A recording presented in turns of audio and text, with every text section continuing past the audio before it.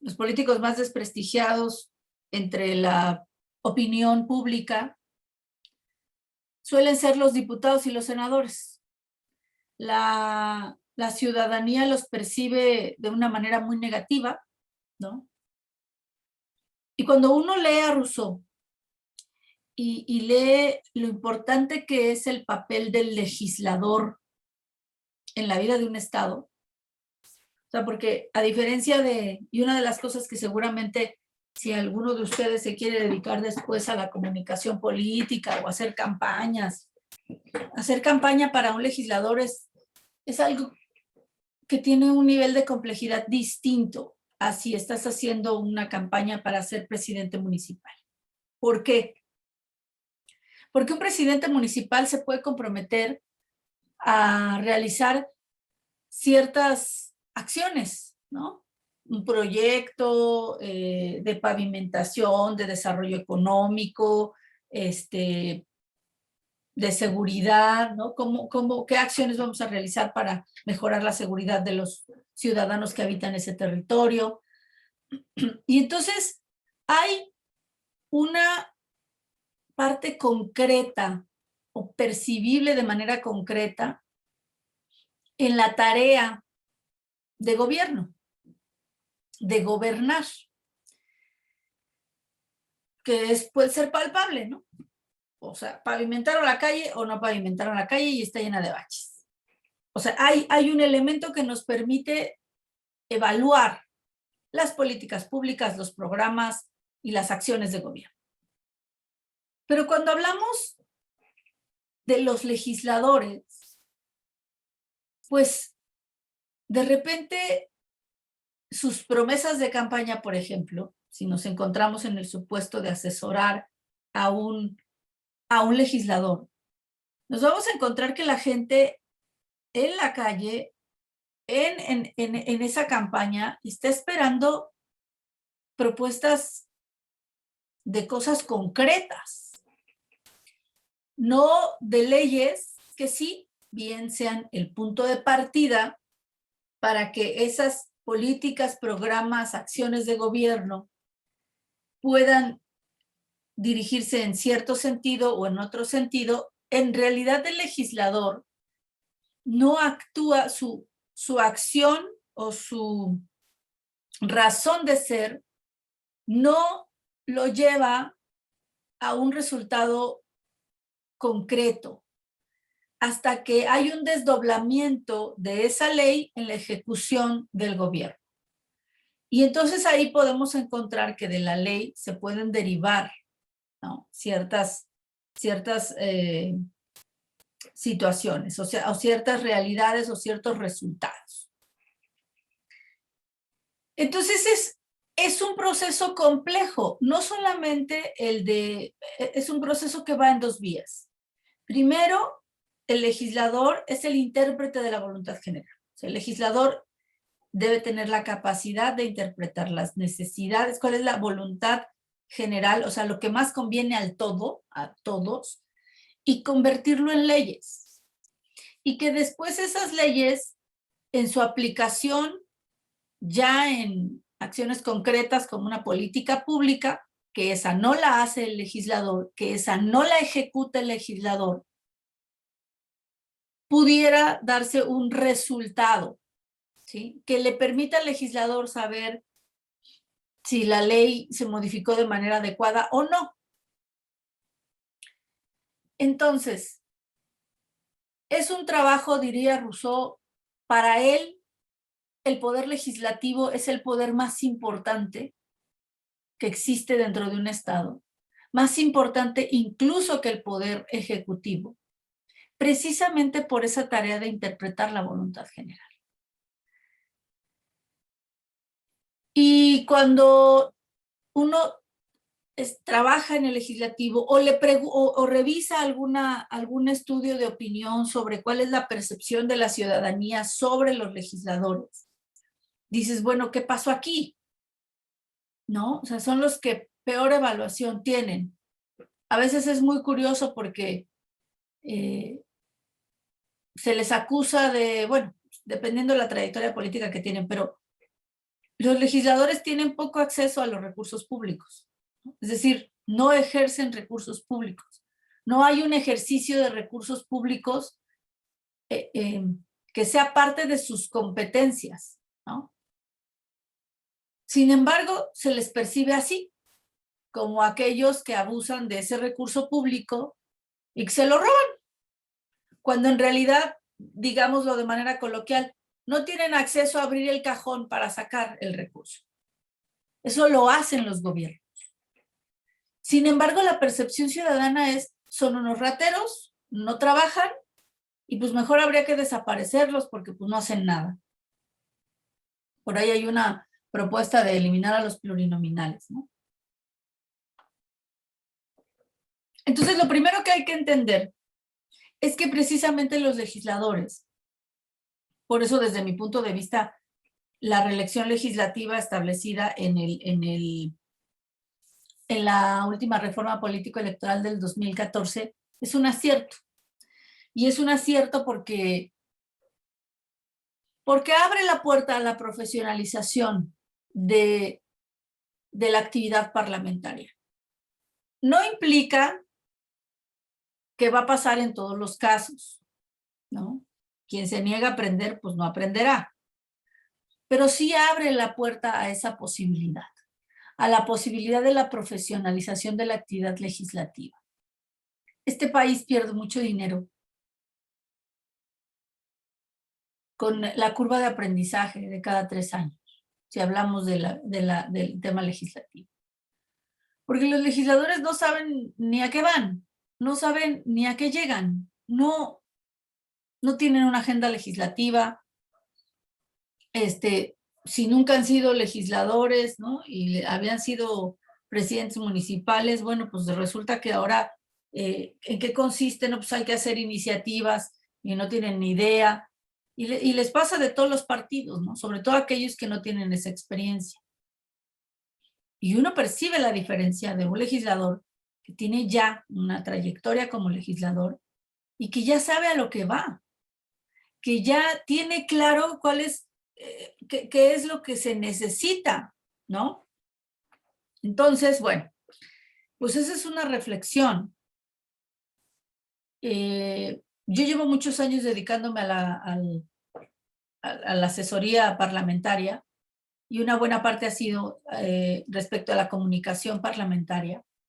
De hecho, yo estoy escribiendo un libro sobre eso, porque me parece que la comunicación política enfocada a lo parlamentario puede ser una de las herramientas que permitan volver a prestigiar la actividad legislativa.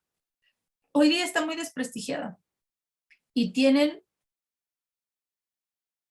una responsabilidad y una tarea muy importante dentro de un Estado-nación, los legisladores. Pero bueno, entremos al tema de la jerarquía de las leyes. No todas las leyes, y aquí vamos a hablar de Kelsen, por eso quería ver si había algún abogado, porque aquí habrá quien descalifique esta pirámide de Kelsen. Kelsen es autor de uno de los paradigmas del derecho, ¿no? Y que tiene que ver precisamente con esta idea de que las constituciones son principios, ¿no? O tiene que haber constituciones de principios. Pero bueno, esta infografía no es propia, es del Buró Jurídico, ¿no? Una asociación que se dedica precisamente a hacer análisis jurídicos. Y esta es la jerarquía de las leyes, de las normas jurídicas, a partir de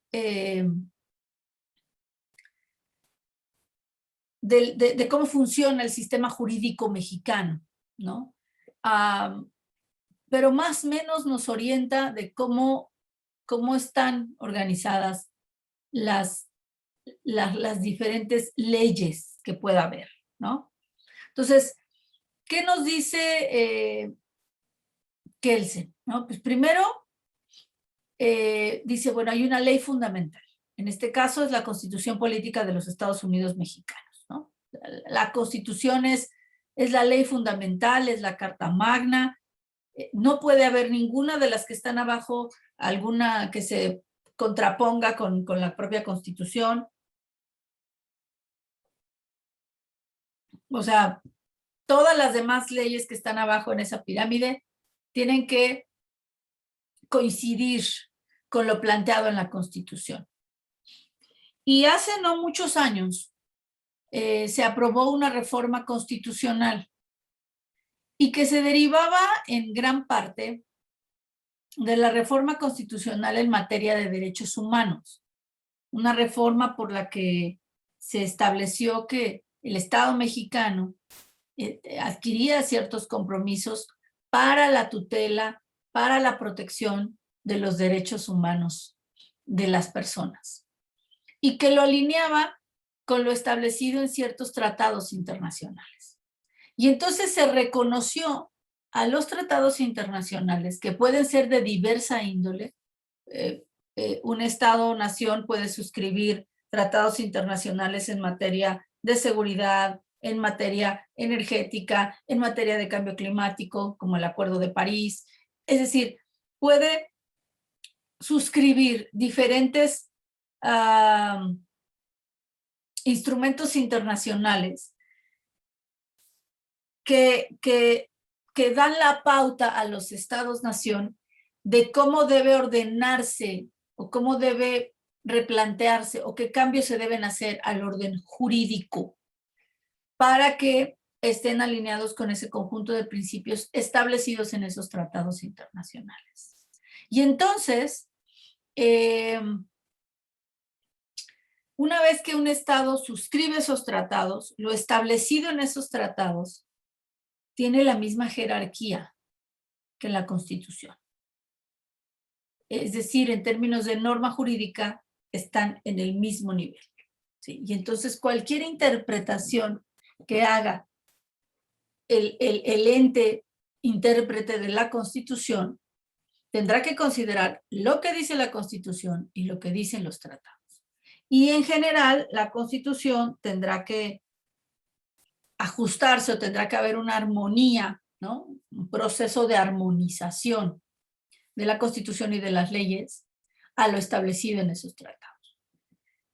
Ejemplos de tratados, bueno, pues uno de ellos es el Acuerdo de París, muy mencionado en últimas fechas, primero porque es un acuerdo reciente, es como el acuerdo internacional más actualizado respecto del problema del cambio climático y el calentamiento global derivado de ese cambio climático, ¿no? Es un acuerdo de las naciones para que cada una de esas naciones que firmen el acuerdo tienen un compromiso para reducir las emisiones de gases de efecto invernadero, es decir, de disminuir la cantidad de emisiones de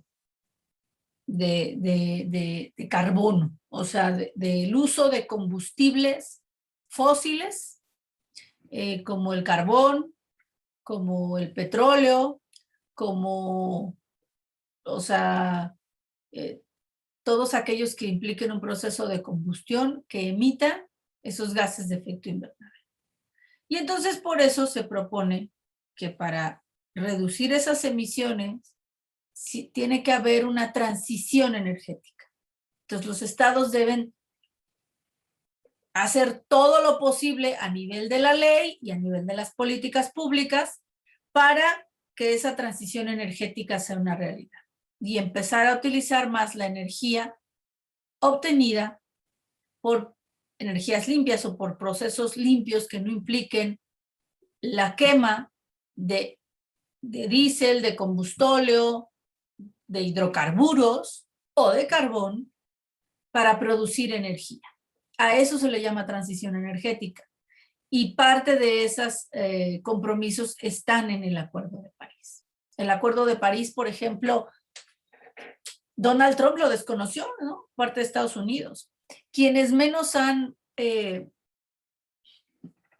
o quienes menos están cumpliendo con esos acuerdos son precisamente las grandes potencias, como Estados Unidos, como China, como Rusia, que pues su principio más importante es el económico versus el ambiental, y entonces pues no están cumpliendo con esos compromisos. Y otras naciones emergentes, como el caso mexicano, que traía programas y planes ya muy, muy trazados de... la primera estrategia de transición energética era 2012-2025 y traemos como 4 o 5 años de atraso y con las nuevas políticas de la actual administración, yo creo que estaremos entrando en otros años de atraso, ¿no? Particularmente si prosperara esta reforma constitucional en materia eléctrica, porque le daría facultades a la CFE, que hoy día en algo tiene que utilizar el gobierno todo el combustóleo que se genera de la refinación del petróleo. Y el combustóleo es un combustible que ya no se compra en el mundo. Y lo que están decidiendo hacer en el gobierno mexicano es quemarlo en las termoeléctricas. Y eso va en contra de los compromisos de reducir la emisión de gases de efecto invernadero. Ese es un ejemplo de un tratado internacional. Otro ejemplo es la Convención para los Derechos, la CEDAW, que es una convención precisamente de las Naciones Unidas, que tiene como objetivo erradicar la violencia que se comete en contra de las mujeres. Entonces, hay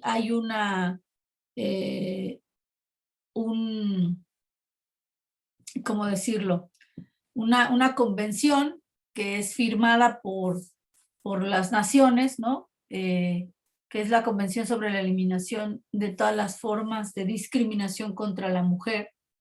Y entonces la CEDAW lo que hace es, tiene un comité que se encarga de dar seguimiento a las normas jurídicas y a las políticas públicas que realiza un Estado para verificar si esos cambios en las normas y esas políticas públicas van dirigidas precisamente a eliminar todas las formas de discriminación contra la mujer. Ese es uno de los objetivos de desarrollo sostenible de la Agenda 2030 y ese comité hace evaluaciones y hace recomendaciones. Cada determinado periodo a todos los estados-nación, evalúa qué tanto han avanzado en los objetivos que como convención se han establecido, que todos los países miembros y que hayan firmado, que hayan suscrito esos planteamientos tendrán que seguir. Y entonces aquí, ¿qué efecto hay o qué efecto ha tenido esos instrumentos internacionales en la legislación mexicana? Bueno, la creación de una institución como el INMujeres surge precisamente de las primeras recomendaciones de la CEDAW. La promulgación de la ley para la igualdad, Ley General para la Igualdad entre Mujeres y Hombres, también es parte de la respuesta del Estado mexicano, ¿no? Para dar cumplimiento a lo establecido en la convención y a las observaciones del comité.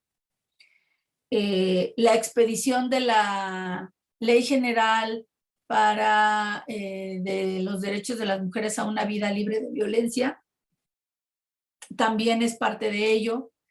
Algunas otras modificaciones que se han realizado para reconocer los diferentes tipos de violencia, la tipificación del feminicidio, por ejemplo, en donde México ha sido un país pues que va a la vanguardia en el tema del reconocimiento del feminicidio como una nueva tipo delictivo, ¿no? Como un delito que no solamente implica el homicidio o que se tenga que juzgar, calificar e interpretar como un homicidio más, sino como un homicidio que se da contra de una mujer por el hecho de ser mujer, o sea, que tiene esa característica. Entonces, bueno, entonces, ese es el tipo de cuestiones que se derivan de esos tratados internacionales. Y también hay algunos otros acuerdos que son no necesariamente tratados internacionales que vengan de la, no sé, pensemos en otro tratado internacional, los acuerdos de la OIT, de la Organización Internacional del Trabajo, ¿no? Que depende de la ONU también, y que plantea ciertos principios en materia, por ejemplo, de libertad sindical, ¿no? De que haya una libertad de los trabajadores de afiliarse al sindicato que ellos quieran. Entonces, en el momento en el que el Estado mexicano signa o suscribe ese tratado o ese acuerdo, en ese momento se tienen que llevar a cabo ciertas reformas del marco legal y ciertas políticas públicas que vayan dirigidas a que eso sea una realidad. Entonces, esos son solo algunos ejemplos de cómo impacta lo contenido en los tratados internacionales, ¿sí? Dentro de la conformación del Estado de Derecho, de la modificación de la Carta Magna y, por supuesto, de todo el sistema jurídico mexicano. Al final, hay países que no lo... Bueno, ese es en el caso de tratados internacionales, pero luego hay otras figuras que son los acuerdos bilaterales o multilaterales, es decir, los acuerdos que pueda asignar el país con otra nación o con otras naciones, ¿sí? O con otras naciones y organismos X. Entonces, ahí entran los tratados económicos, por ejemplo, ¿no? Los de libre comercio o los tratados de libre comercio con la Unión Europea, el TEMEC, ¿no? Que es como la segunda edición del Telecán. Y bueno, México hasta hace unos años era uno de los países de América que más tratados de libre comercio tenía, ¿no? El tratado que tenía con Venezuela y con Colombia, un tratado de libre comercio con Chile, con Brasil, el del Triángulo del Norte. Es decir, ahí también hay algunas, esos tratados se suscriben en una lógica del respeto de ciertos acuerdos internacionales, ¿no? Que no se pueda violar los acuerdos en materia energética o en materia de competencia económica o en materia laboral, etcétera. Entonces, ahí es como impactan estos tratados internacionales y tiene que haber un proceso de armonización. En cualquier litigio internacional, o sea, que alguien demande al Estado mexicano por la violación de algún tipo de norma, de tratado y demás, a nivel internacional se tiene que considerar si México ha suscrito o no tales y cuales tratados, y esos pueden ser principios que hagan, que sean los que ayuden para que el juzgador determine el nivel de responsabilidad o no que haya en determinadas demandas, ¿no? Entonces, bueno, eso es algo relativamente reciente, ¿no? Esta idea de que los tratados internacionales y la Constitución tienen el mismo nivel jerárquico. Y bueno, luego de la Constitución y los tratados internacionales, tenemos las leyes generales. ¿Cuáles son las leyes generales? Las leyes generales son las que aplican para todo ente público y que establecen mecanismos de coordinación entre los diferentes órdenes de gobierno en determinada materia, y que tienen una aplicación general. Ejemplo de leyes generales, la Ley General de Transparencia y Acceso a la Información y Protección de Datos Personales, ¿no? O sea, no es una ley a la que solo estén obligados los entes públicos federales, no, están obligados los federales, los estatales y los municipales, o sea, todos los entes públicos a respetar esos principios de transparencia. Esa es una ley general. Otra ley general, la Ley General de Salud o la Ley General de Educación, en donde son aplicables para todo el territorio y establecen mecanismos de coordinación y mecanismos de coordinación entre la federación y los estados, entre la federación y los municipios, o entre la federación, los estados y los municipios. Esas son las leyes generales, las que tienen una aplicación general para todos. Y obviamente estas leyes no pueden contraponerse a lo establecido en la Constitución, ¿no? Luego están las leyes federales. Estas aplican exclusivamente para el orden de gobierno federal, es decir, son de aplicación de la federación. Por ejemplo, la Ley Federal de Responsabilidades de los Servidores Públicos es federal, implica solamente o aplica solamente para los servidores públicos del ámbito federal, ¿sí? No incluye a los estatales, no incluye a los municipales, etcétera. Entonces, esta es la diferencia entre estas dos leyes, las generales, que son de aplicación general, y las federales, que solo tienen su aplicación en la federación. Luego están las constituciones locales. México es una federación. Cada entidad federativa tiene una constitución, tiene autonomía, tiene cierta soberanía, tiene su propia constitución. Esta constitución o las constituciones locales, en materia de principios generales, obviamente tienen que estar alineadas con lo que dice la Constitución Política de los Estados Unidos Mexicanos. Entonces, si hay una modificación en la Constitución, ¿no? Nacional, pues tendrá que haber una modificación en ese mismo sentido en las constituciones locales. Pero ahí pues establecen sí ciertos principios que pueden ser diferentes, ¿no? Se tiene que reconocer la igualdad entre mujeres y hombres. Bueno, pues la Constitución de Baja California lo puede tener fraseado de una manera, en tanto que la de Campeche lo va a tener fraseado de otra manera, pero en esencia es la misma intención, el mismo objetivo y el mismo espíritu de lo que se encuentra en la Constitución Política de los Estados Unidos Mexicanos. Y de ahí todas las leyes que se deriven de esta, en las constituciones locales, por ejemplo, todos los delitos o la procuración de justicia en materia local, ¿no? El sistema judicial tiene, o nuestra Constitución reconoce, delitos del fuero federal que son perseguidos y sancionados por el Poder Judicial Federal o por la Fiscalía General de la República, ¿no? En materia de procuración de justicia por la Fiscalía y en materia de impartición de justicia por el Poder Judicial. Y en el caso de los delitos del fuero común, eso está en las constituciones locales y en las leyes locales. Ahí se establece qué delitos van a ser perseguidos por las fiscalías locales o en el orden de la procuración de justicia y en el orden de la impartición de justicia por el Poder Judicial de ese estado. Al ser una federación, cada entidad tiene su propia división de poderes. Y tiene un ejecutivo, y tiene un legislativo, y tiene un poder judicial, ¿sí? Y entonces, ahí, por ejemplo, si hablamos de qué materia es la que le compete, bueno, pues en materia de derecho, pues el derecho familiar, el derecho civil, ¿no? Aunque por ahí hay la iniciativa de hacer un código de procedimientos civiles, porque hay algunos temas de orden civil que tendrán que establecerse los principios desde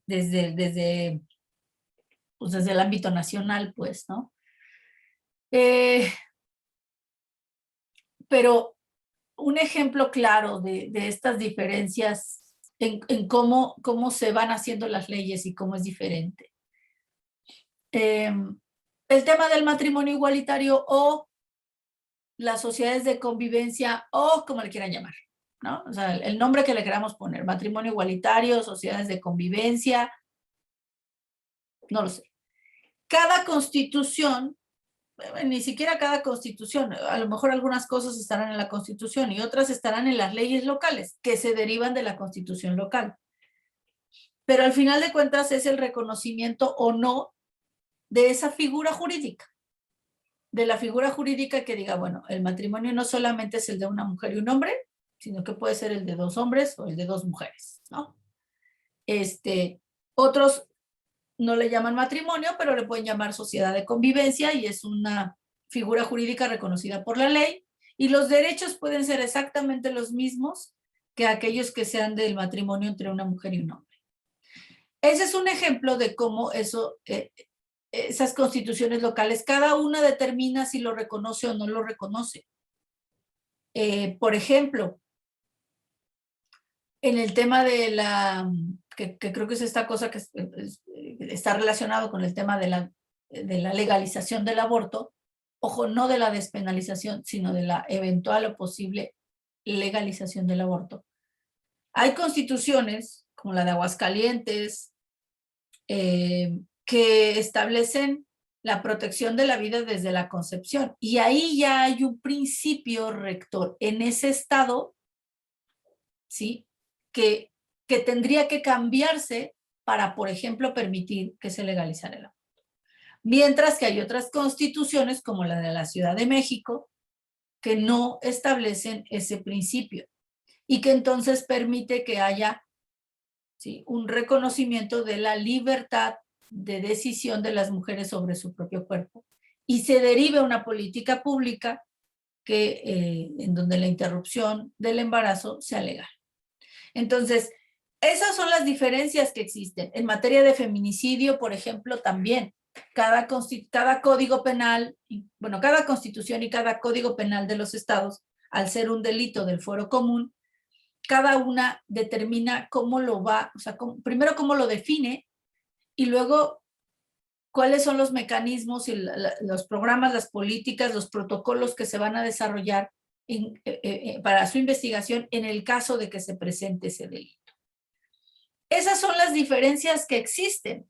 Yo les pongo 3 ejemplos, el del matrimonio igualitario, el de la protección de la vida desde la concepción, que hay constituciones que lo tienen así y otras que no. Hay otras que definen, por ejemplo, la familia, no definen a la familia como aquella que está formada por el hombre y la mujer, ¿no? Tampoco hablan del matrimonio igualitario, pero digamos que están en un espacio medio.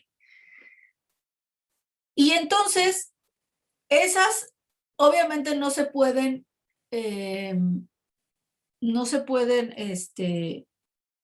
oponer a lo que diga la Constitución o a las interpretaciones que haya hecho el máximo intérprete de la Constitución, que en este caso en México es la Suprema Corte de Justicia de la Nación. Si habláramos, por ejemplo, del tema de la despenalización del aborto, es un tema diferente a la legalización del aborto. Es simple y sencillamente no convertirlo en un delito de orden penal, despenalizar el aborto, o sea, que una mujer no pueda ir no deba ir a la cárcel por interrumpir el embarazo. En determinados, digamos, a partir de determinados principios. Entonces, el tema es, no se pueden oponer, y ahí ya hubo una interpretación de la Corte donde dice, pues no se puede. Y a lo mejor en Aguascalientes dicen que se protege la vida desde la concepción, pero no pueden meter a la cárcel a una mujer si abortó, por ponerlo en ejemplo. Y ahí entran otro tipo de cuestiones como la objeción de conciencia y todas estas discusiones donde la Corte también ya se pronunció. Entonces, esos son ejemplos de cómo pueden existir diferentes tipos de interpretaciones de los mismos principios establecidos en la Constitución, ¿sí? Luego están los decretos. Por ahí, por ejemplo, hay toda una polémica respecto del acuerdo, ojo, que ni siquiera fue establecido como decreto, lo cual le pone una jerarquía menor todavía en esta pirámide, ¿no? El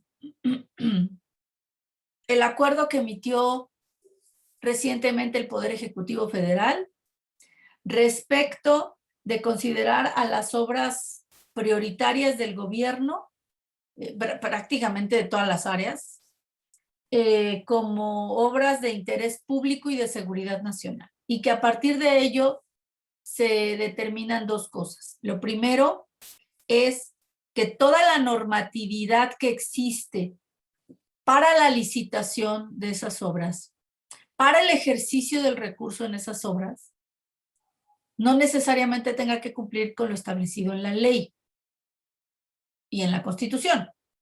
En principio, que tenga que ser licitado en un proceso público, abierto, sino que se dé por adjudicación directa. Y la otra es que hay ciertos requisitos que se establecen en la Ley de Presupuesto y Responsabilidad Hacendaria, donde dice, bueno, si tu gobierno quieres hacer un proyecto, ¿sí? Para que puedas empezar a hacerlo, necesitas cubrir todo este proceso. Ajá. Y ese proceso lleva su tiempo. Incluye incluso a veces, por ejemplo, cuando se trata de alguna obra de infraestructura, la consulta indígena, si es que atravesará por algún área donde haya comunidades indígenas, la consulta pública, pues, la posibilidad de que haya algún dictamen de impacto ambiental, por ejemplo, ¿no? Que también es una obligación. Y entonces lo que establece el acuerdo es todo eso te lo puedes saltar. ¿Por qué? Porque ya le estableciste la categoría de interés público y sobre todo la categoría de seguridad nacional.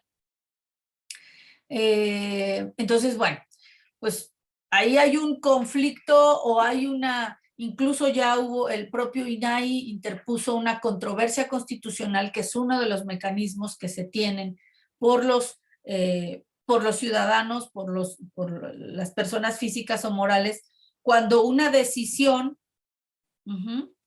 eh, o un acto administrativo o una decisión gubernamental de algún ente del gobierno afecta o se contrapone con uno de tus derechos consagrados en la Constitución. ¿Qué puedes hacer? Establecer una controversia constitucional. Y en este caso, la controversia que metió el INAI estaba relacionada con la segunda derivación de esta decisión. Una es que te puedas saltar todos los procedimientos y hacerlos de manera más ágil, violando incluso la ley. Y la otra es que al ser considerados de seguridad nacional, el gobierno pueda reservar la información, toda la información respecto de esos proyectos. Y entonces evitar que pueda haber controversias, que pueda haber incluso amparos o algún otro mecanismo jurídico que en el sistema jurídico mexicano los ciudadanos mexicanos tengan para defenderse de las acciones de la autoridad que perjudiquen sus derechos. Entonces, hay toda una, digamos, hay ese acuerdo, hablando o poniéndoles un ejemplo de cómo funciona la jerarquía de las normas jurídicas. Ese acuerdo es uno. El otro sí es un decreto, que es el decreto del uso de las Fuerzas Armadas, el tema de la Guardia Nacional, para que sea precisamente las encargadas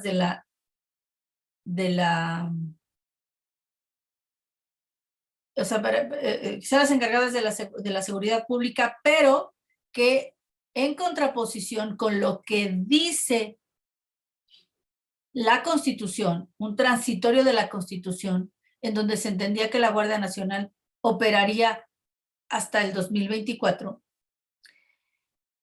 El tema es lo que se estableció en la Constitución de que la cabeza de la Guardia Nacional tenía que ser una figura civil, o sea, un perfil de un civil, no de un militar. Y entonces ese decreto que emite el Ejecutivo le permite al propio Ejecutivo determinar que no importa si quien encabeza la Guardia Nacional es un militar. Y hay una controversia constitucional al respecto también de ese decreto que la Corte deberá definir. Entonces, obviamente, si hay partes de ese decreto que se contrapongan a lo que dice la Constitución o algún tratado internacional, la Corte tendrá que pronunciarse porque ese decreto incurre eh, en algún tipo de inconstitucionalidad, ¿sí? Entonces, los decretos están en ese nivel. ¿Quién puede emitir decretos? Los ejecutivos, en este caso el Ejecutivo Federal, ¿no? Pero pues si ustedes se fijan en la jerarquía de las normas, pues están muchísimo más abajo. Luego vienen los reglamentos y las normas.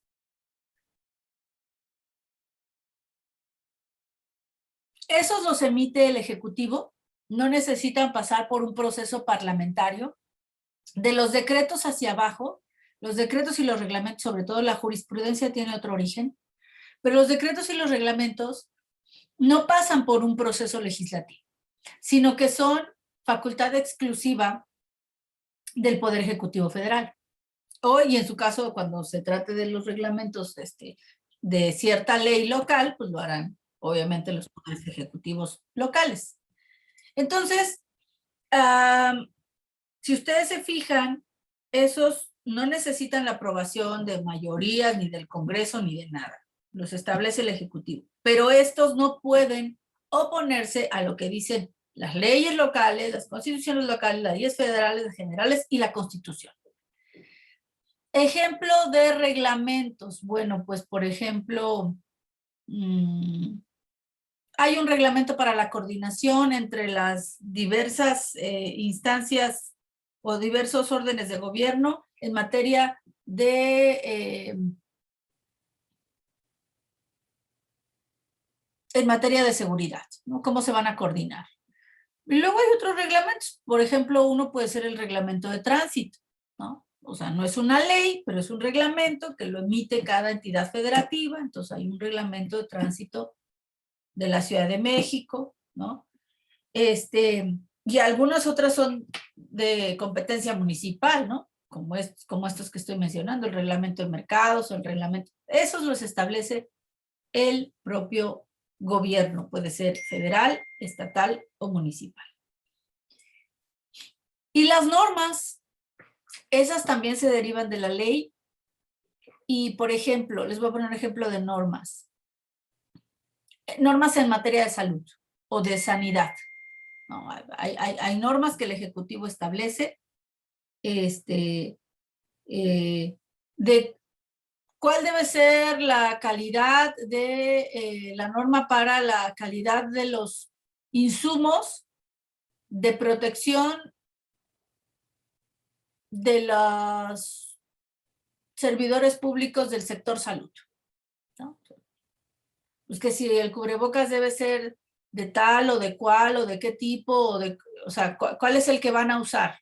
Y hay una norma donde dice.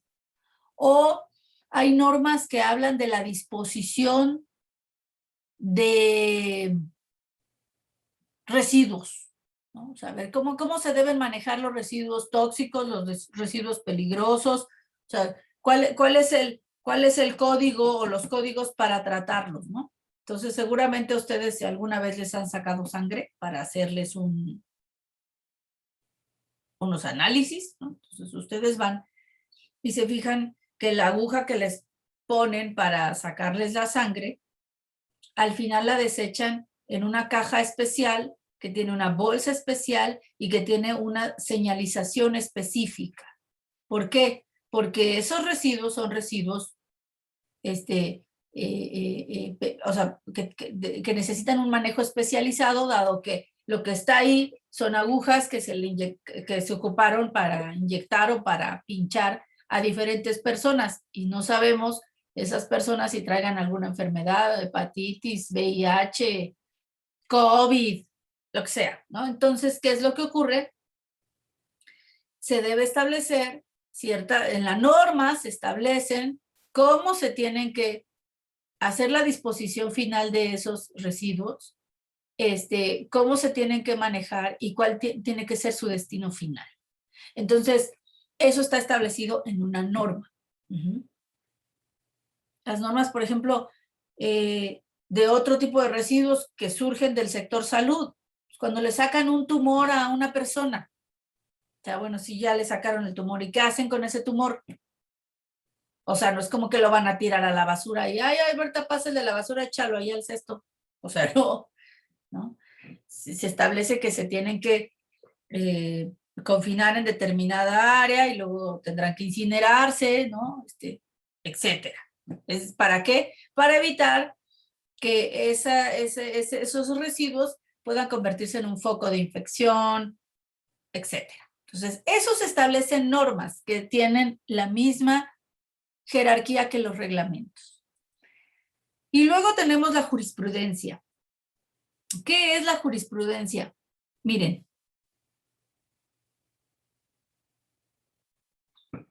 la jurisprudencia es lo que se construye, que ya en la última reforma del Poder Judicial incluso cambió de nombre, ya no se llama propiamente jurisprudencia, pero lo que se establece es, a ver, resulta que, voy a ponerles un ejemplo, una persona, un individuo solicita un amparo ante el Poder Judicial. Y entonces hay un juez que dice, pues sí, le vamos a dar el amparo, y en la justificación de por qué le va a dar el amparo, ese juez dice cuáles son sus razones para otorgarlo, ¿no? Y la suspensión que se deriva del mentado amparo. Bueno, supongamos que ahí se amparó un individuo, pero que después en otro lugar del país se dio un amparo en ese mismo sentido, ¿sí? Y otro. Si se juntan, creo que son 5, o bueno, eso era hasta antes de la reforma. Entonces, ¿qué se establece? Se establece jurisprudencia. Si los criterios de esos 5 juzgadores son similares, los principios y los criterios que utilizaron para otorgar o no ese amparo, entonces se genera jurisprudencia. ¿Y esto qué quiere decir? Esto tiene que ver con la interpretación de la ley, en donde se establece jurisprudencia y entonces los jueces que vayan a juzgar en lo sucesivo ese tema tendrán que tomar como base no solo lo que dice la ley, sino lo que se estableció en esa jurisprudencia, porque ya hubo otros juzgadores que previamente juzgaron un tema parecido y que lo juzgaron de tal o cual forma, ¿sí?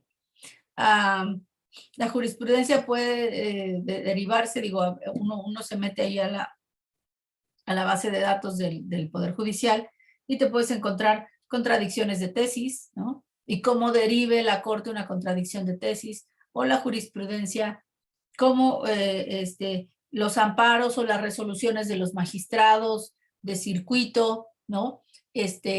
O de los jueces en lo particular, cuando son jueces especializados. Entonces, bueno, aquí lo que tenemos precisamente es elementos para la interpretación de la ley, ¿sí? Para que en cuanto un juzgador tenga que juzgar un hecho en particular, pueda de alguna manera, yo no sé si, pueda de alguna manera tener como ciertos elementos que le permitan saber cómo lo tiene que juzgar, ¿no? Entonces, bueno, esa sería básicamente la jerarquía de las normas jurídicas, como con ejemplos muy claros. El texto de García Maínez es mucho más extenso, ¿no? Y yo aquí les diría 3 cosas que ya les algunas precisiones de 3 cosas que les he estado mencionando. El máximo intérprete de la Constitución en este país es la Suprema Corte de Justicia de la Nación. Entonces, cuando algún individuo, un ciudadano o una persona moral o física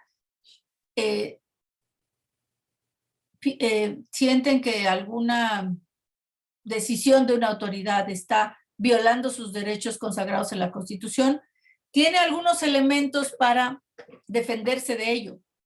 El amparo, la controversia constitucional, o cuando la otra figura es la acción de inconstitucionalidad, cuando, por ejemplo, una ley que se emite se contrapone a la Constitución, ¿no?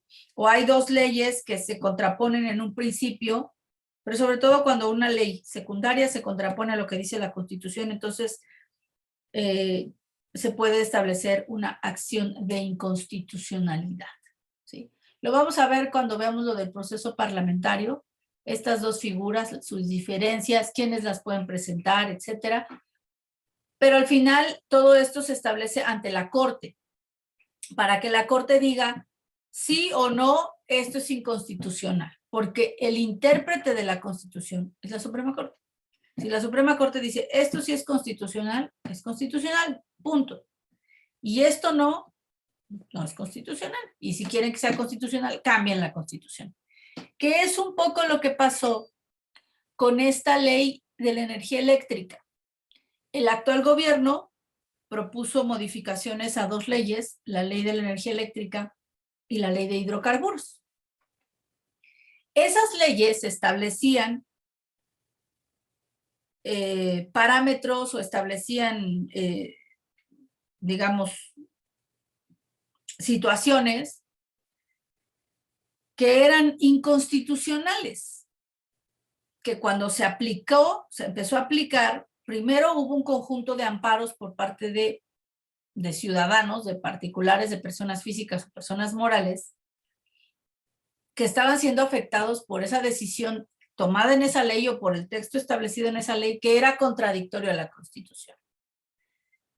Y también se dieron acciones de inconstitucionalidad. ¿Y esto en qué derivó? Pues derivó en que el gobierno no pudo aplicar esa ley, porque esa ley tenía algunos aspectos que eran inconstitucionales. ¿Cuál es la manera de resolver eso? Bueno, pues si es inconstitucional, entonces tienes que cambiar la Constitución para que eso que tú quieres que ocurra no sea inconstitucional. Y de ahí se deriva la iniciativa de reforma eléctrica, de la cantidad de amparos y de las acciones de inconstitucionalidad respecto de la ley de la energía eléctrica y de la ley de hidrocarburos. Entonces, de ahí sale, pues entonces hay que cambiar la Constitución para que no sea inconstitucional. Y en ese trabuco está el asunto. El ciudadano tiene también, aparte del amparo, aparte de estas otras figuras, cuenta con un ente, un órgano autónomo del Estado mexicano, que no solamente existe en este Estado-nación, existen muchos otros, en España se llama, por ejemplo, la Defensoría del Pueblo, propiamente aquí les pongo. En México, creo que la visión de esta administración era querer cambiarle el nombre, ¿no? Pero bueno, al final de cuentas, en esencia es lo mismo, es la defensa de los derechos humanos de los individuos de cualquier acción, ¿no? Del gobierno o de cualquier violación de sus derechos humanos por parte de quien sea, ¿no? Especialmente si se trata del propio Estado. Entonces, es un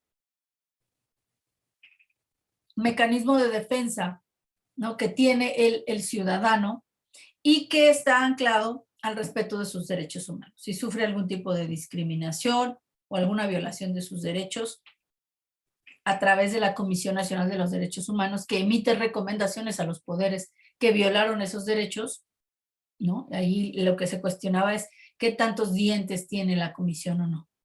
Lo cierto es que dentro de lo que decía Pedro Salazar en su libro, esta constelación de autonomías constitucionales, ¿no? Las tres primeras fueron precisamente el Banco de México, el Instituto Federal Electoral, o INE, y la Comisión Nacional de los Derechos Humanos. Fueron los primeros tres órganos autónomos del Estado mexicano, surgen en la década de los 90, y entonces, ¿qué es lo que vamos a tener? Vamos a tener estos entes que no pertenecen a ninguno de los tres poderes de la Unión, que son autónomos y que tienen un objetivo muy específico. Y en materia de derecho, pues la Comisión Nacional de Derechos Humanos es eso, es la Defensoría del Pueblo.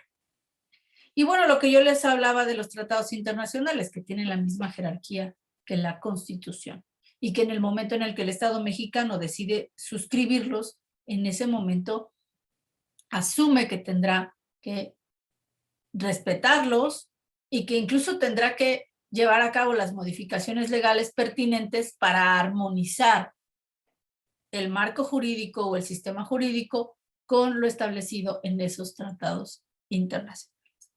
Les puedo hablar de un montón de instrumentos internacionales que México ha asignado, algunos contra el discurso del odio, otros sobre el tema de discriminación, otros, el que les platicaba del cambio climático, en materia económica también, de competencia económica, ¿no? En materia de derechos de la niñez, de los derechos de las mujeres, etcétera. Entonces, hay una variedad muy amplia, ¿no? De este tipo de convenciones, de tratados, de acuerdos de índole internacional. Hasta aquí, no sé si tengan algún comentario. Pues miren, es un poco complicado convertir estas clases en un monólogo, porque pues me doy cuenta que no leen. Y no solamente me doy cuenta en las clases, me doy cuenta también en que no están entregando sus trabajos. Y quienes están entregando sus trabajos y sí leen, pues bueno, esta es la antepenúltima clase, pero necesitan participar más, ¿no? De involucrarse en la discusión.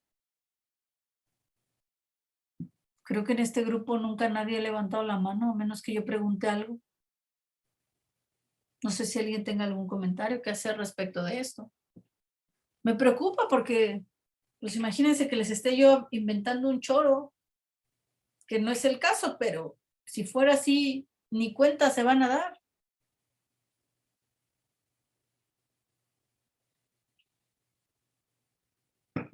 ¿No? ¿Nadie?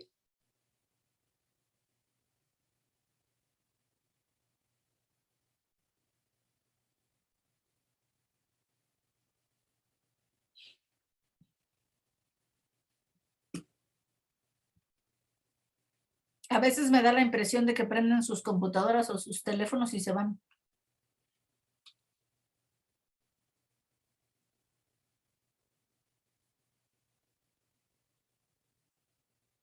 ¿No?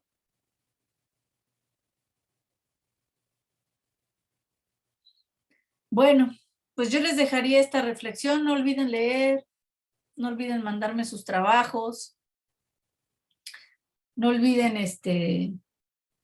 conectarse al Moodle para ver las características del trabajo final.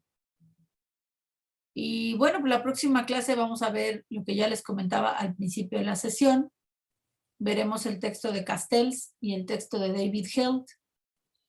Y en la última sesión, que es la que voy a reponer, vamos a ver el tema del proceso parlamentario, cómo se construyen las leyes en este país. Esa es una clase que yo les daré y que no será necesario como leer algo. Me interesa más que se enfoquen en poder entregar el trabajo final. Y bueno, pues yo espero que, la verdad es que con esta clase traté como de súper requete, recontra resumir un texto muy amplio y muy rico de García Maínez, ¿no? Retomando un poco los planteamientos que se leyeron también de para la sesión pasada, que tenía que ver con las constituciones de Lowenstein, ¿no? Pero pues bueno, ¿no tienen ningún comentario, alguna duda, algo? Nada.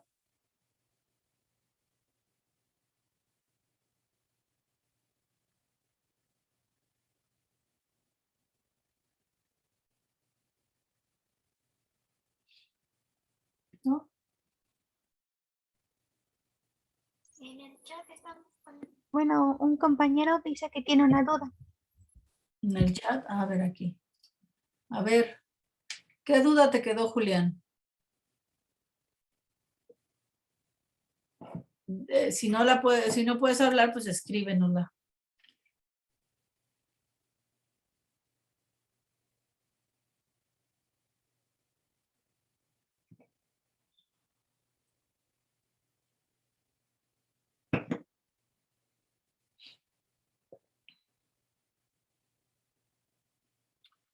¿Cómo es que los tratados internacionales tienen esa misma jerarquía que la Constitución? Pues eso se dio a partir precisamente de una reforma constitucional. No puedo lograr interpretar esa parte.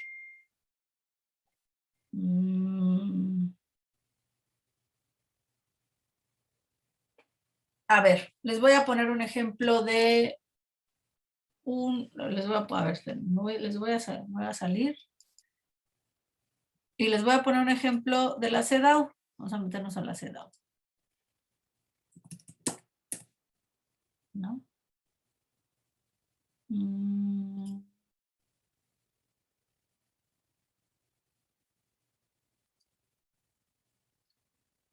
A ver, aquí está. Miren. A ver, esto está en inglés. Déjenme ver si se los puedo poner en español. Señor. Bueno, les voy a compartir esta es la página de...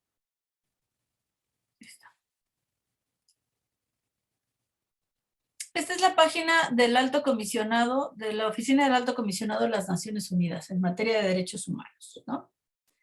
Y aquí, espérenme tantito porque yo me quería meter a la CEDAW. ¿Quiénes somos? No. Aquí está. La convención, traté de ponerlo en español, pero me mandó otra cosa. La Convención para la Eliminación de todas las formas de discriminación en contra de las mujeres. Es una convención que se firmó o que surgió el 18 de diciembre de 1979. Aquí viene una introducción, ustedes se pueden meter ahí a la página del Alto Comisionado. ¿Sí? Y entonces viene de manera muy clara para qué se crea esa convención, o sea, cuál es su origen, cuál es su objetivo, ¿no? Viene aquí la convención y dice, los estados parte de la presente convención, ¿sí? Y entonces ahí dice a qué se comprometen, ¿sí? Todos esos estados que forman parte, ¿sí? Y vienen los artículos de la convención. En esa convención son los acuerdos, dice, have agreed on the following, o sea, estamos de acuerdo en seguir lo siguiente. Y entonces, son artículos. El artículo primero dice, ¿no? Los propósitos de la convención es el término discriminación en contra de las mujeres. Y entonces ahí empieza a decir artículo por artículo cuál es el propósito. Luego en el artículo 2 dice que los estados parte, primero van a condenar la discriminación en contra de las mujeres en todas sus formas. ¿Y eso cómo lo van a hacer los estados que formen parte? Pues poniéndolo en sus constituciones. Ahora, si hay un estado que firma la convención, por acá, a ver, al final deben estar los estados que forman parte. Y vienen las fechas de cuándo esos estados, no vienen. ¿Cuándo esos estados? A ver, espérenme. Estatus, ratificación, aquí están. El estatus de la ratificación y de las declaraciones. Ajá. Y aquí viene, país por país del mundo, los países que han ratificado la convención. ¿Sí? Entonces,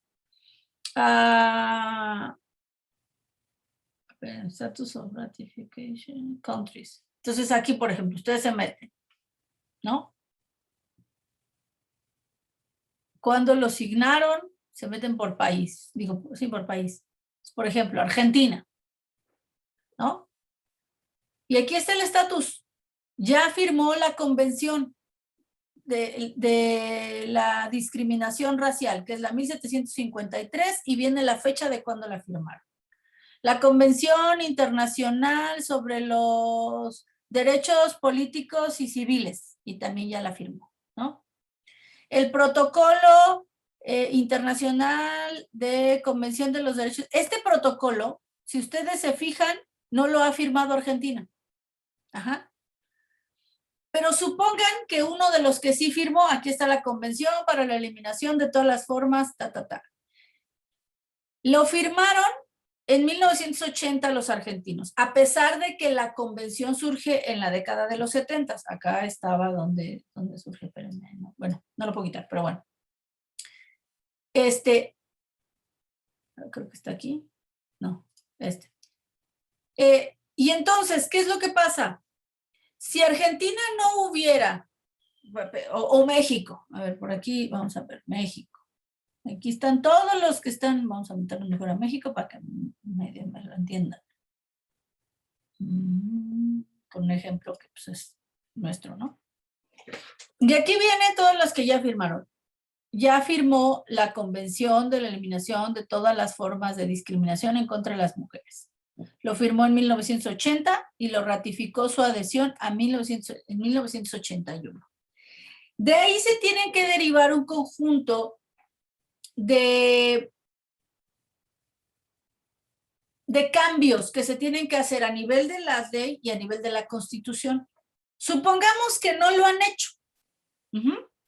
O sea, la primera modificación tendría que ser la de reconocer que el hombre y la mujer, o la mujer y el hombre, como lo quieran poner en orden, son iguales. Bueno, la Constitución de México ya lo decía, pero si no lo dijera y no lo han cambiado, no establecen que mujer y hombre son iguales ante la ley o que son iguales, entonces en algún litigio, en alguna disyuntiva, supongamos, hay un dato muy interesante, miren, sí se los voy a compartir. Les voy a abrir aquí mi WhatsApp. A ver, déjenme, bueno, entonces ya vimos que lo ratificaron. Entonces, todo lo que diga la convención, pues déjenme, lo voy a cerrar. México ya firmó esa convención, la firmó en 1981. México está obligado a respetar todos estos artículos, todos, desde el 1 hasta el 30, ¿sí? Entonces, si hay una parte que no la respete y que alguna ciudadana mexicana sienta que sus derechos están vulnerados o que no se está respetando el artículo 27, cuando resulta que el artículo 27 de la Convención en ninguna parte de la Constitución ni de las leyes mexicanas se establece, y hay un juez que tiene que juzgar ese caso de esa ciudadana mexicana o esa demanda de esa ciudadana mexicana, entonces el juez puede decir, bueno, no está en la Constitución, no está en la ley, pero está en el artículo 27 de la Convención. Y México suscribió esa convención. Luego, entonces, es como si estuviera en la Constitución. No importa si no está. Está en la convención y México suscribió la convención. Y tan la Constitución como esa convención están en el mismo nivel jerárquico que el juez puede decir, con base en esto que dice la convención, yo determino que así será ¿cómo se llama? Pongo de lado o de este otro lado. Les voy a poner este amparo, fíjense bien. Este amparo en revisión es súper interesantísimo, ¿no? Porque ahí es donde uno se da cuenta, nada más déjenme que estoy abriendo mi WhatsApp, porque me mandaron ese amparo. Aquí está.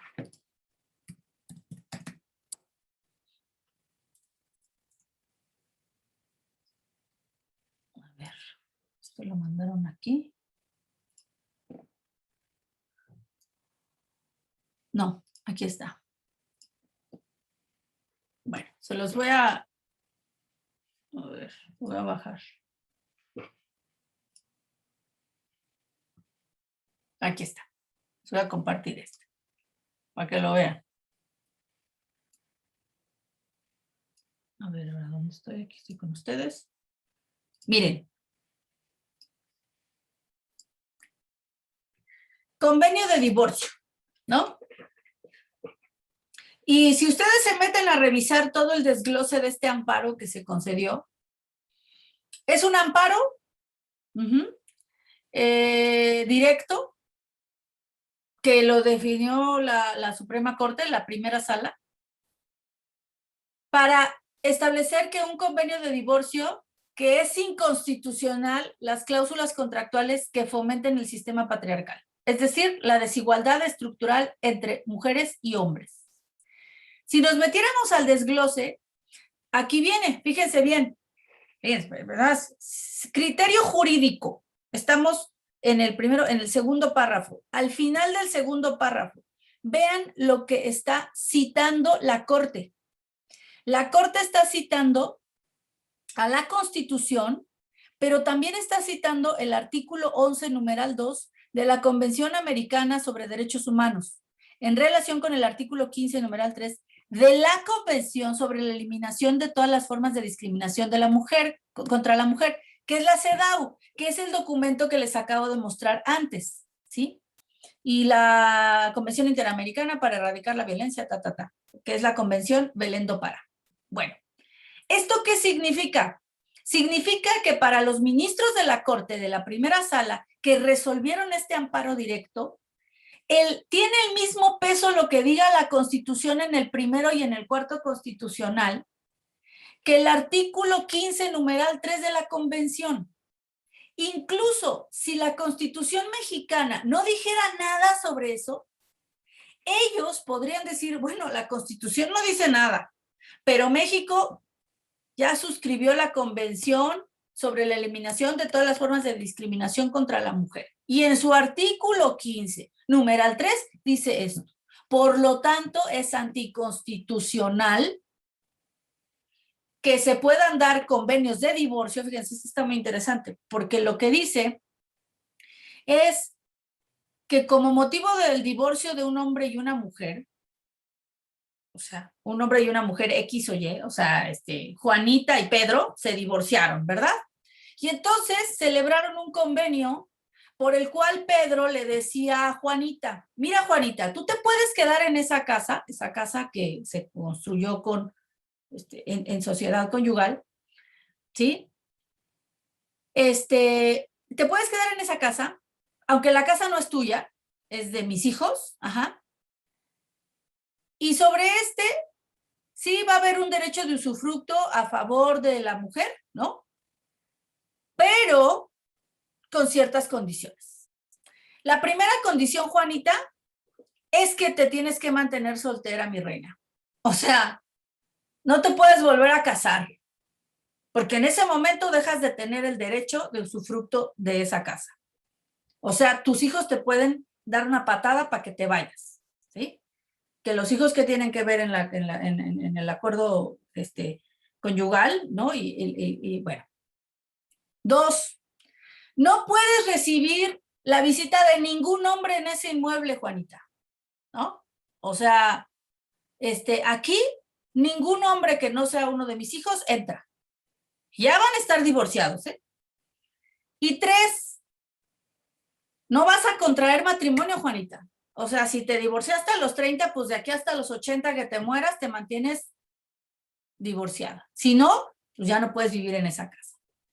Y último, solo vas a habitar el inmueble exclusivamente en compañía de tus hijos. O sea, si un día tus hijos se quieren ir, Juanita, ¿no? Cada uno a hacer su vida por donde se le dé la gana, pues sabes que, mi reina, patitas para afuera de la casa, porque no puedes hacer, tener el goce y el usufructo de ese inmueble. ¿Qué hace la Corte? Dice, a ver, esto es un principio de discriminación establecido en la Constitución y en la Convención que México suscribió. Por lo tanto, es inconstitucional un convenio de esa naturaleza. Y aunque lo hayan firmado, o sea, aunque a Juanita le hayan hecho manita de puerco y la hayan obligado a firmar, señora, es anticonstitucional. A usted no la pueden echar de esa casa si usted viola alguna de las cosas del convenio, porque ese convenio, las cláusulas de ese convenio, violan sus derechos, son anticonstitucionales y se contraponen a la convención. Este es un ejemplo de cómo los tratados internacionales, los acuerdos o los instrumentos internacionales tienen la misma jerarquía que la Constitución, ¿sí? Si no hubiera nada establecido en el artículo 1 y en el artículo 4 de la Constitución, estos ministros hubieran podido retomar tal cual lo que dice el texto de la Convención y los otros instrumentos, porque mencionan 3. la Convención Americana de Derechos Humanos, la Convención sobre la Eliminación de todas las formas de discriminación contra la mujer y la Convención Interamericana para prevenir, sancionar y erradicar la violencia contra la mujer, que es la Convención Belén do Pará. Esos 3 instrumentos México los ha suscrito. O sea, es como si agarraras los 3 instrumentos y los metieras a la Constitución y son parte de. Entonces, a eso es a lo que nos referimos con que tienen la misma jerarquía. Si hay algo que no está en la Constitución o que está en la Constitución y que contradice un acuerdo que el Estado mexicano signó, pues ahí o tendría que el Estado retirarse, como fue lo que hizo Trump con el Acuerdo de París, o en su defecto, se tendría que retirar, o sea, cancelar su suscripción, o sea, decir, no, yo ya no, a mí ya no me interesa el cambio climático, yo ya me retiro, con permiso, bye, no voy a reducir mis emisiones de efecto invernadero, punto. Para poder entonces establecer en su constitución o en sus leyes cosas que vayan en contra de ese acuerdo. Si suscribió el acuerdo, estaríamos entrando en una dinámica medianamente de contradicción de tesis y las interpretaciones de los juzgadores, o en este caso de los ministros, tendrían que ir en el sentido de establecer el principio pro persona. Y el principio pro persona es ¿qué beneficia más a la persona? Y van a decidir lo que le beneficie más a la persona. Si a la persona le beneficia más que ya no haya discriminación, en este caso de Juanita y Pedro, que yo les pongo, entonces ellos tendrán que definir que pesa más la convención que lo que diga la Constitución, porque el principio constitucional es discriminatorio y la convención no. Entonces, eso podría ocurrir en casos de asuntos que no estén en la Constitución. Aquí sí está en la Constitución, pero si ustedes se fijan que se enuncia para declarar que es anticonstitucional, pues, ¿no? ¿Qué es lo que establece la Constitución y los instrumentos internacionales? Tienen la misma jerarquía. Por eso en ese segundo párrafo es tan importante, porque ahí se anclan las decisiones. En este caso de los juzgadores y de que le dieron el amparo, ¿no? Digo, yo no sé si esto sea una historia muy constante entre la realidad mexicana, pero sí, por lo menos a mí sí me ha tocado escucharlas, ¿no? Entonces, no sé, Julián, ¿sí? Si dice entonces, al ponerse de acuerdo, las naciones deben acatar las indicaciones de los tratados de la misma forma que si fuera la Constitución, es decir, estos tratados reciben la misma importancia al firmar el tratado. Es correcto. Y las naciones, más que ponerse de acuerdo, es, bueno, pues sí se ponen de acuerdo. Oye, a ver, por ejemplo, el tema del Acuerdo de París. Se reúnen todos los líderes mundiales. Oigan, tenemos una bronca. Se nos está calentando el planeta, hay un cambio climático a partir de eso, y a ver, el planeta no tiene futuro si le seguimos como vamos. Entonces hay que reducir, y ellos que acuerdan, tenemos que reducir el calentamiento global. Para reducir el calentamiento global tenemos que bajarle a las emisiones, ¿sí? De gases de efecto invernadero, porque es lo que está calentando al planeta, ¿ok? Según todas las investigaciones. Entonces dicen, ok, le tenemos que bajar 2 rayas a la emisión de gases de efecto invernadero. Para bajarle 2 rayas, ¿qué se necesita? Y entonces se establecen una serie de acuerdos. Ustedes se pueden meter, o sea, vean, el Acuerdo de París, ¿qué se van a encontrar? Se van a encontrar una cosa muy parecida, el Acuerdo de París. Una cosa muy parecida, déjenme ver si es este. Aquí está. Se van a encontrar una cosa muy parecida a la convención de la CEDAW que les acabo de poner. O sea, ¿qué van a encontrar? Pues van a encontrar, a ver, ¿dónde está? Es este. Paris Agreement. Aquí está. Aquí está. Acuerdo de París. Aquí está el Acuerdo de París. Los reconocimientos, o sea, de dónde sale, y luego vienen los artículos. O sea, vienen a qué están obligados. Si tú como Estado lo firmas, te comprometes a todo lo que dice ahí. Punto. lo lleves a tu ley o no, cambies tu constitución o no, ya te comprometiste y tienes que cumplir con todo eso. Entonces, si alguien piensa que sus derechos como comunidad, como ciudadano, como persona moral, están siendo afectados porque no se está cumpliendo con lo que dice el Acuerdo de París, puedo buscar un amparo en cortes internacionales e incluso establecer controversias constitucionales o acciones de, sobre todo serían controversias constitucionales. ¿Por qué? Porque no se está respetando eso que tiene el mismo nivel jerárquico que la Constitución. Entonces, antes de la reforma en materia de derechos humanos, sí se establecía que los acuerdos tenían una jerarquía menor que la Constitución. Pero esa última reforma determinó que tienen el mismo nivel jerárquico. No sé si con esto más o menos pues se aclare la duda, pues, ¿no? Están en el mismo nivel. Ok, me dice Julián que sí, que le quedó claro. Bueno, pues yo con esto cerraría la clase, ¿no? Es muy importante que lean y que me entreguen sus trabajos. Es la tercera vez que les insisto en la sesión de hoy, pero créanme que de verdad, porque para mí es muy lamentable verlos durante todo el semestre que asisten a las clases, que están aquí pendientes y que al final no mandan sus trabajos, ¿no? Y que yo no tengo manera como de calificarles nada más por verlos aquí cada 15 días. ¿Es una parte de la evaluación? Sí, sí lo es, pero cuenta todo, ¿no? Entonces, pues, ¿qué les pido? Pónganse al día, por favor. Les deseo que tengan felices fiestas, que se la pasen muy bien, síganse cuidando del COVID porque todavía no termina. Y pues nos vemos en enero, ¿no? Deseo que estén bien ustedes y sus familias y que tengan bonito fin de semana también. Gracias igualmente. Muchas gracias. Muchas gracias, profesora. Bueno, buen día, hasta luego. Hasta luego.